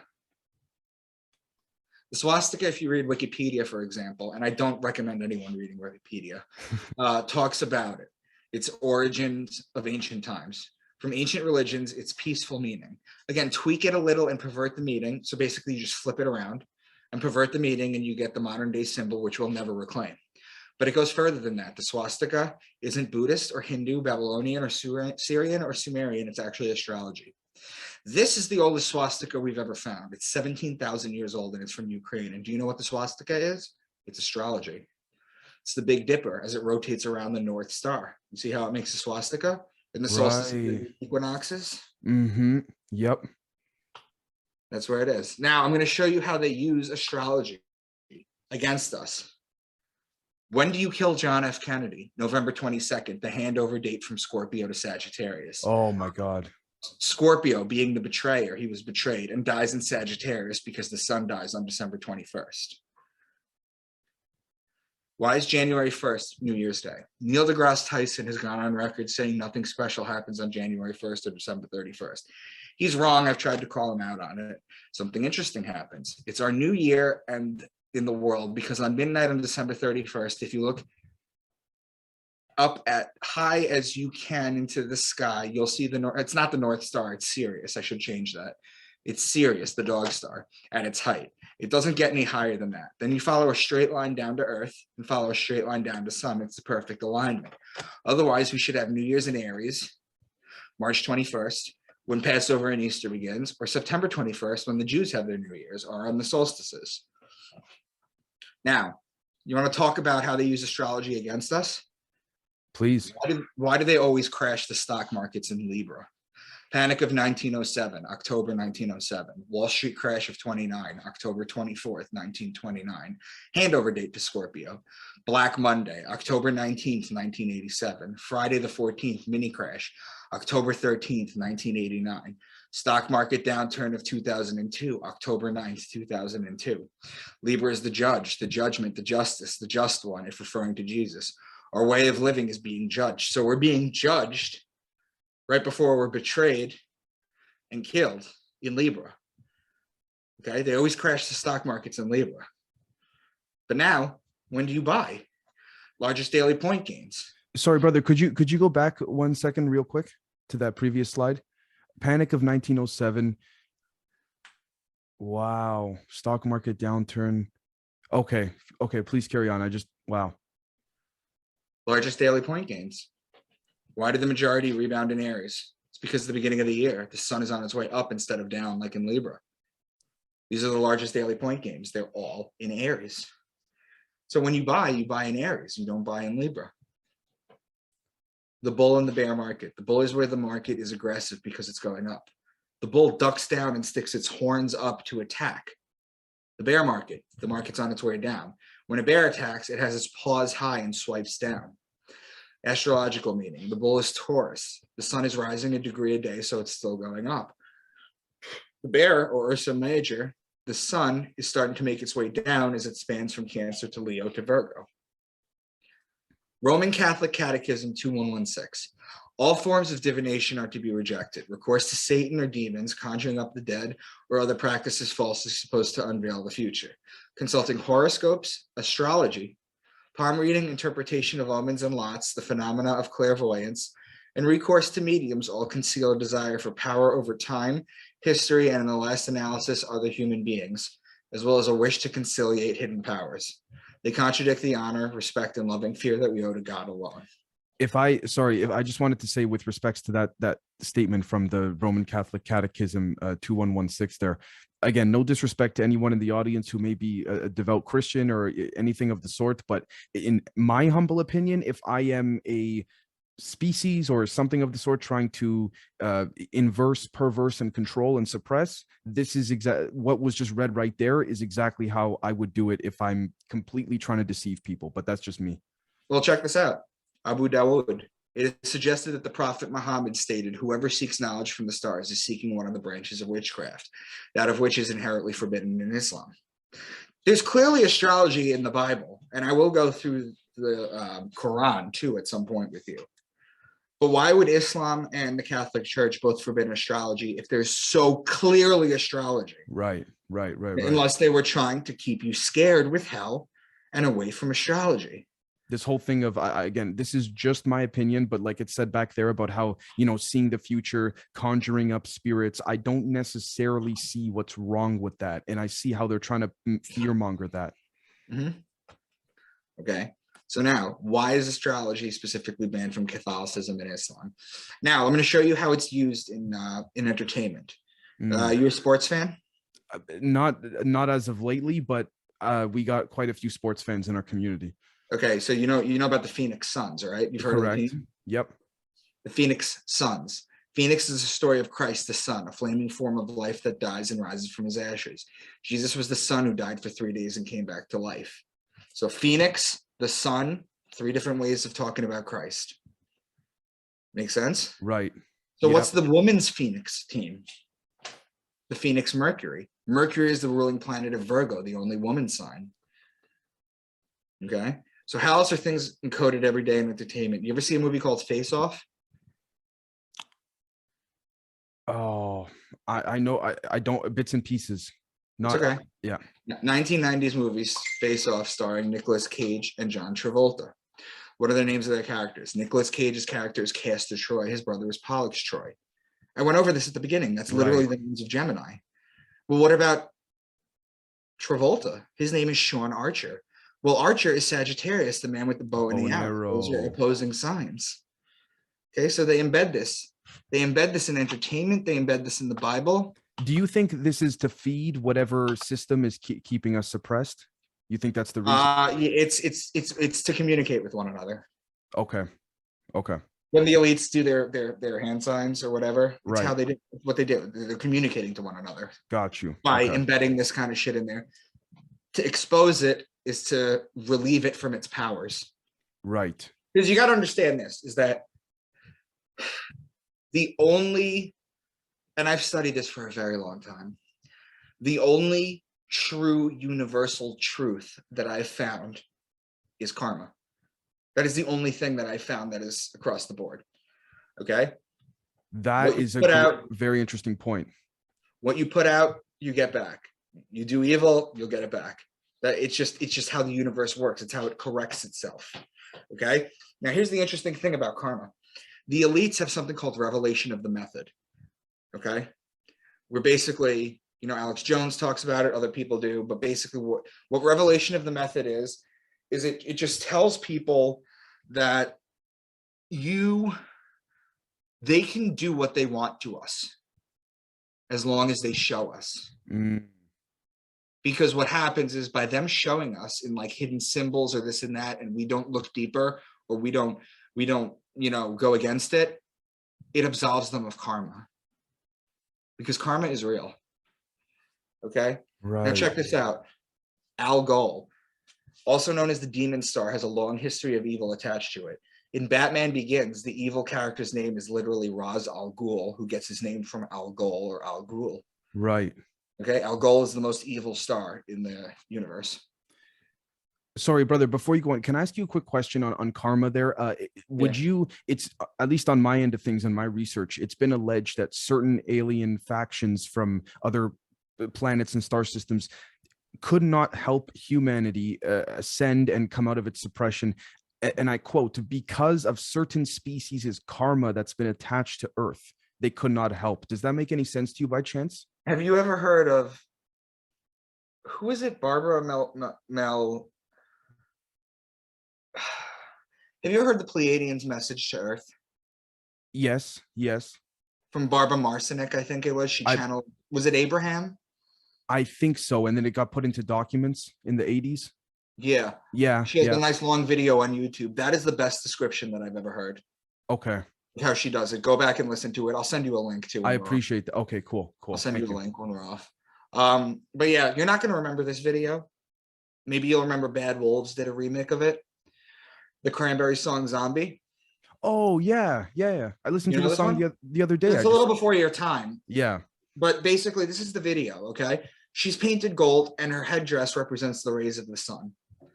You think I'm reaching with that, but I'll show you something. Hold on. Sorry, she's painted gold like the sun, and her headdressings, those represents the rays of the sun. I don't think you're pushing. I'll let you finish, and Okay. What's the very next scene? Now, what happens to the sun? It's killed, right? December 21st. This is the very next scene. It's the sun on the cross with the little Sagittarius at the bottom. Oh my gosh. Okay. This is what they do.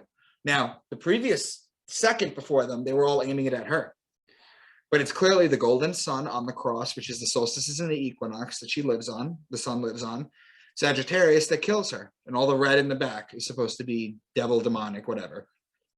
Katy Perry's Dark Horse video. Here we see the Eye of Horus, the Illuminati symbolism. That's blatantly, like, they're almost ridiculing us with how obvious it is. 700 sheep and goats were arranged in the shape of a syringe to encourage vaccinations. This was a week ago. Dude, I covered this in a members episode last week. Why the sheep? Why the goats? The goat is Capricorn, and the goat is in there. Wait a minute. Hold on. Yeah. So you have the goat and you have the sheep. You have December 21st and you have March 21st. Omicron. So this is the one that Corey Good retweeted. Variant Omicron. Omicron Draconis is Draco the dragon they talk about in Revelation. Its tail starts in Sagittarius. Omicron variant was first announced in Sagittarius. What happens at the end of Sagittarius? December 21st, the day of death. You have to ask why they always crash the stock market in Libra. Why was the only dog to die during 9/11 named Sirius? It's all about the stars, people. It's what I teach about. And Corey Good retweeted this, or he basically copied it from Facebook. Holy crap.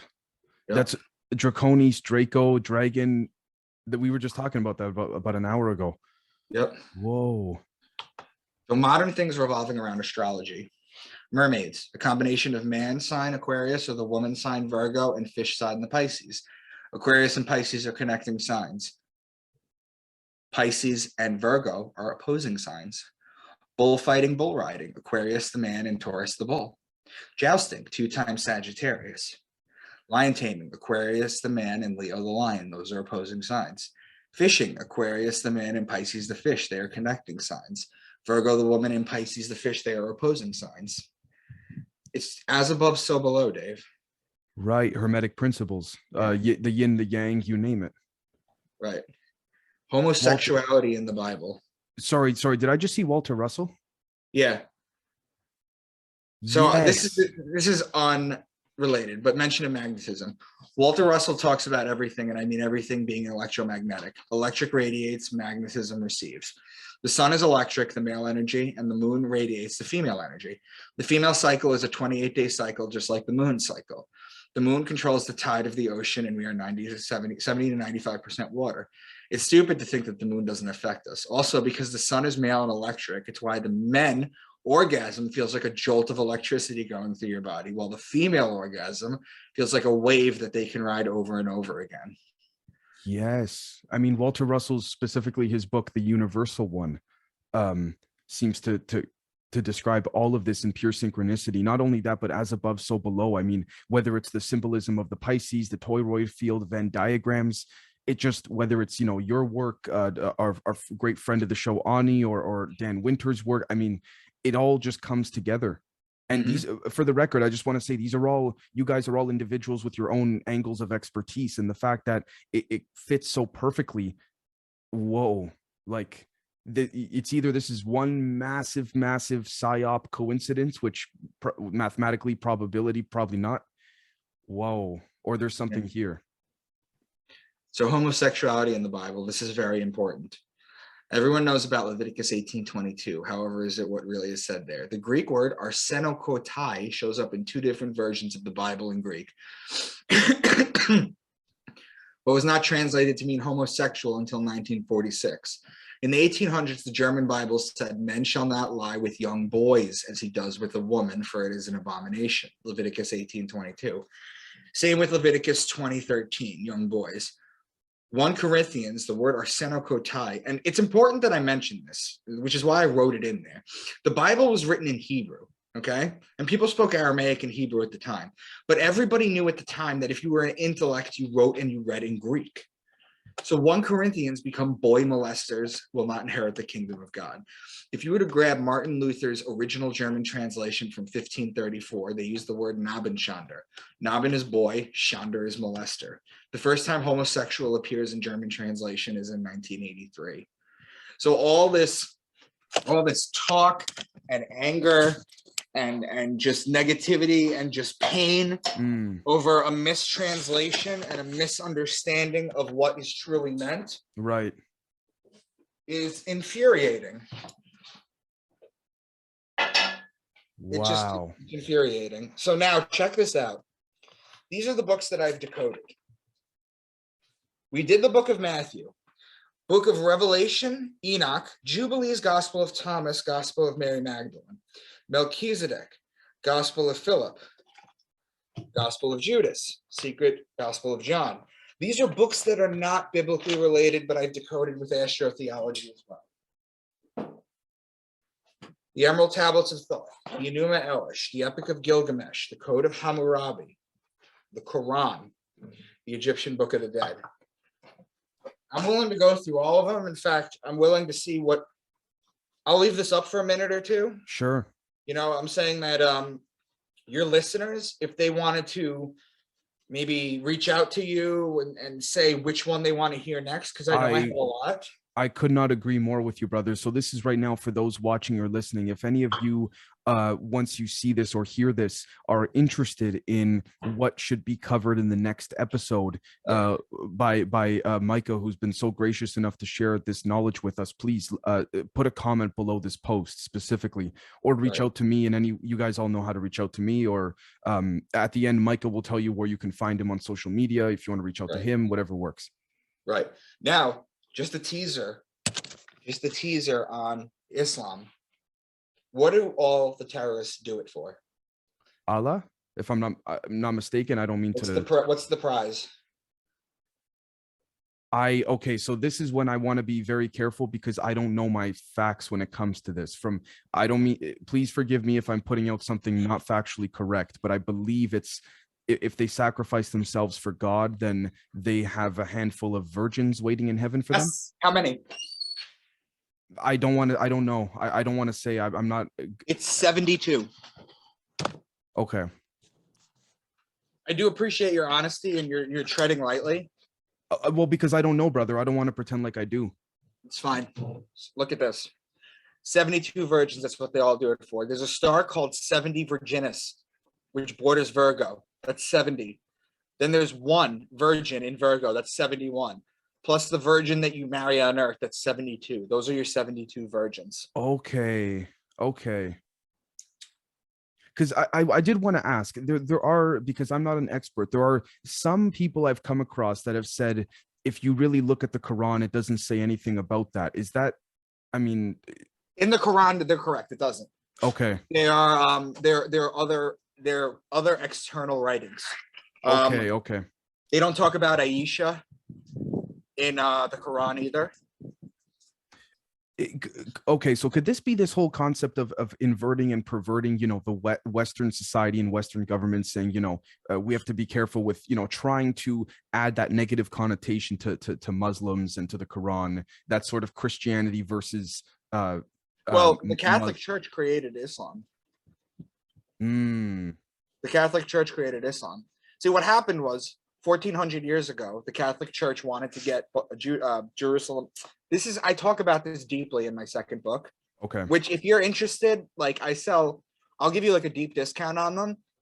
But if you're interested in reading my book series, because what I just did with astrology, I do with more in astrology, and I deal with we'll see in the next slide what I talk about. Sure, absolutely. But 1400 years ago, the Catholic churches wanted Jerusalem back from the Jews. They created Islam. They propped it up. And then what happened was Islam became too powerful, and they couldn't get him back. They couldn't reel him in. Okay. So that's basically what happened. And I go into further detail on that. There was a high-ranking Jesuit priest that came out and explained all of this. And I go through it in my books. But let's see. Here's my book series, what I talk about. Please, yes. Gematria, etymology, numerology, astronomy, astrology, astrotheology, out-of-body experiences, the Akashic records, symbology, remote viewings, religious secrets, capstones of the pyramids, mystery school channelers, near-death experiences, DMT monitoring, lucid dreaming, acoustic levitation, physics and quantum physics, psychotherapy, psychology, spiritual guides and shared dreaming, crystal technology, conspiracies that not many people know about, corruption and secret societies. I've interweaved a storyline that talks about all of this. It's syncretism is the name for it. It's when you basket weave a whole bunch of sciences together. This is what my first book looks like. Beneath the Veil. Into the Rabbit Hole, Beneath the Veil. That's my email address, guys. Into the Rabbit Hole series at gmail.com. Okay, I'm on Twitter. Yeah. At Real Mr. Dank. I'm on Facebook and Instagram at Micah Dank. Reach out to me if you like what you hear and you want to get the book series. I sell signed copies. If you're not, I know people in our Truther community hate Amazon, which is why I started selling signed copies from my house. So a lot of people have been doing that. And sorry, could you please tell everyone how to spell Micah Dank, if just so they know? It's right there on the page. MICAHDANK. Perfect. Okay, and now we'll wrap up with my point is once again that not that these ancient people told literal stories and we are now smart enough to take them symbolically, but that they told them symbolically and we are now dumb enough to take them literally. And that's my presentation, my friend. Well, I just want to say, I cannot thank you enough. Like, this was fantastic. I think we'll let the audience decide what will be done next, what will be covered next. If you could just give me, 2-3 days to sort of get a feedback from everybody. And yeah. Wow, man, that's incredible. I could probably do 2 presentations an episode.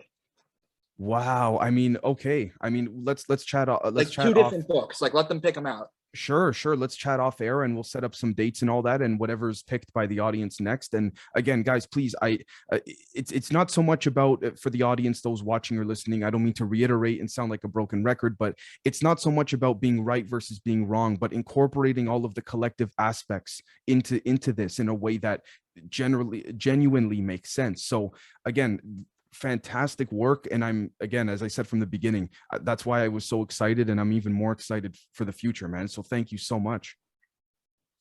I appreciate it, man.